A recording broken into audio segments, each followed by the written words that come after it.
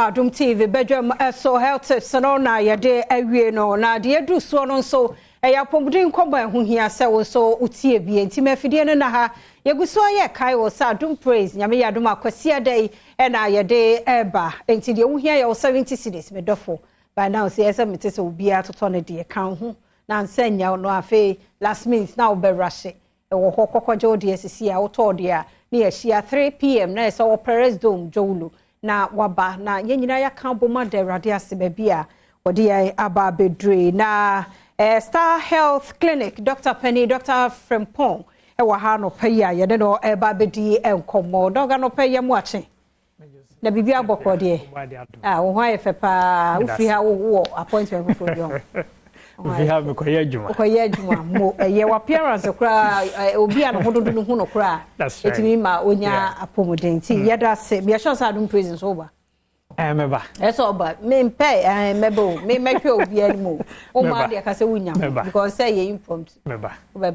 wo de mrs ne workers be tu ka ho 70 okay ka bo mu ano waba enya den yebeba yeah that's it enti before you be call Adom praise na say ni pe nya apomuden that's right now de ba no fibroid no ne ade a woti mu pa ene ye gine no so anase ye be kan sem foforo ene amenchia ahwefo nyina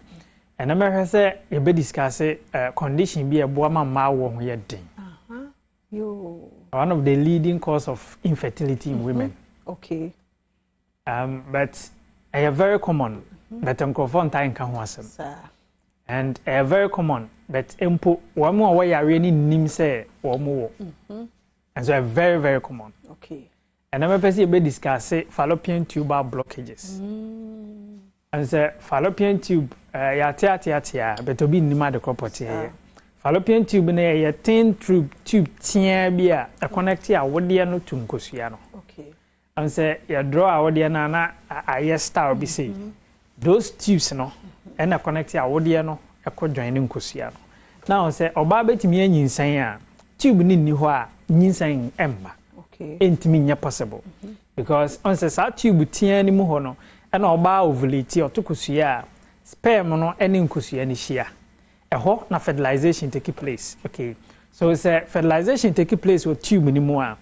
take place awie no ansa na drive via back abeda awodie no mu na implantation akoso na nyinsan na da ho anyi now say ko ba say tube no emu block here oba be ovulate all right but enya de say be ma sperm no any oba no ovary no ebetimi ahia ma na yeye eno ahia nso de a pregnancy into member and mostly say oba ni tube no block here it is said the wire tuber ligation pepepe it is said ya chichiri ni tube baako and also so a way I so a prevent pregnancy so bi ho a wawone mawie on person be ubium yetimi ligate ni tubes no and ye close ni tubes ne there automatically nyinse bi amfi baby amba and most of the effective ways are you prevent pregnancy because contraceptives fail because 90-80% and other ways I so a prevent pregnancies no bebre na fail but the entire failure a tuber ligation say you close with tube because you are closing the sperm no ni kwan bia faso ni kosua no e de ahia and ya wie bitimi ba na tube ya emu na nyinsan be start na abeda wodie no manyi ya wie bitimi ba na tube emu asi anase bi ho itimi ye partially locked anase blocked okay akoba se emu asi kra de a nyinsan de nka ho nti se mu asi kra na still also be nyinsan na won treat e no free ho a just IVF okay aside that ebinzo ho a just bi a tube ne mu close kakra bagab kakra da ho eno no say sperm de ebetimi a try maneuver the way a shia kosua no egg no ho na fertilization akoso e o tube ne mu na akoso awie no e wo say nyinsan na akoso no e drive back to awode ni finfin e beda ho na tube no e fa close ba fa da ho okay e ba ne sa e be din se nyinsan no betimi a drive ya back nti e da ho a e be na age se den e beda ho anyi e da ho se enyi pe se tube no so ntimi contain pregnancy that is where you can say when you're ectopic pregnancy. And most of the ectopic pregnancies are yet to be brain, you know, you better not tubes, no, it be a partially blocked or something. And this tube need be a blockade. Now say still what there only side treatment in free and how because and the air are say a mabbe brain no more power war my che now munyano. The brain tubes are blocked and so munya way because tube blockade you can scan. This normal pelvic scan here, you quite fast diagnosing. Okay. And just a doctor or wabutre.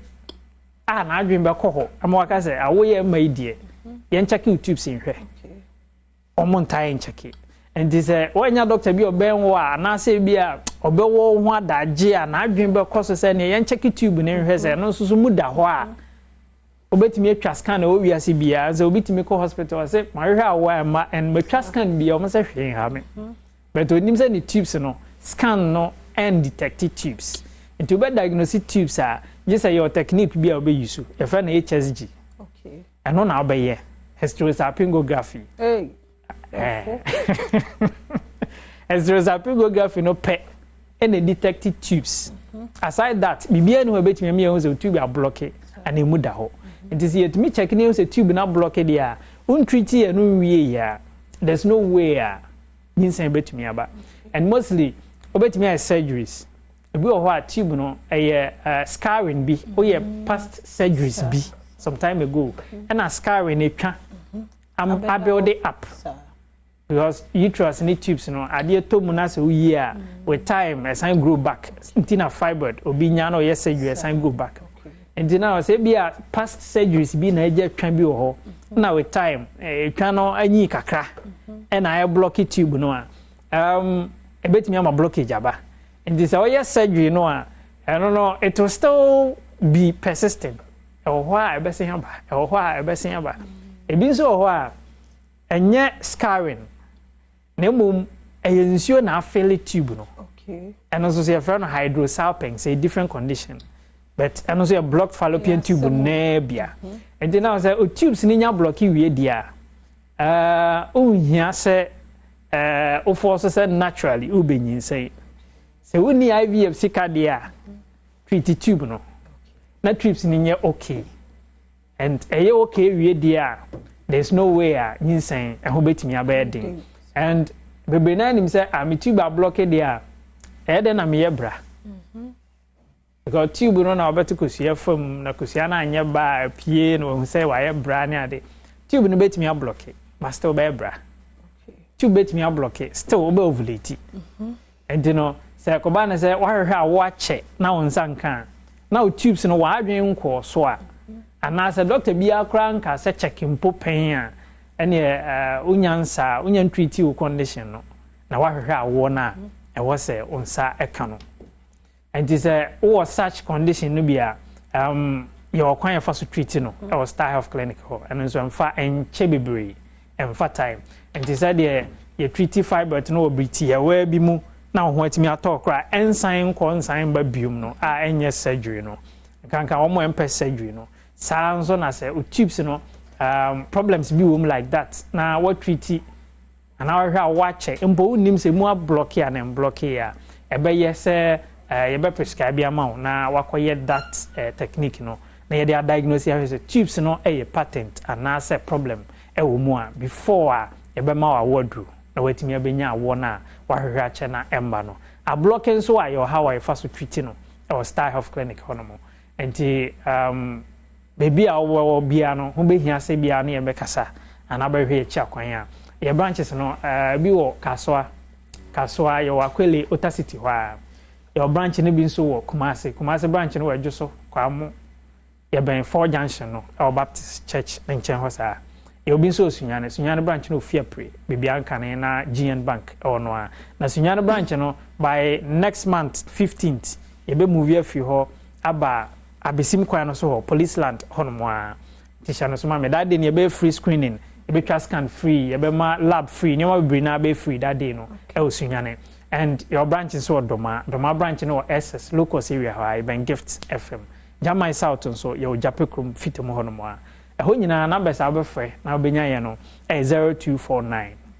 200 555 misi number no so biom 0249 200 555 for we can home 0508 499 599 misi so biom 0508 499 599 Yada say papa anti Dr. Frimpong our Freestyle Health Clinic na no pay so yede ne di enkomo ye wie mo foforo nso ho twem sisi a ye ba ye di nkomo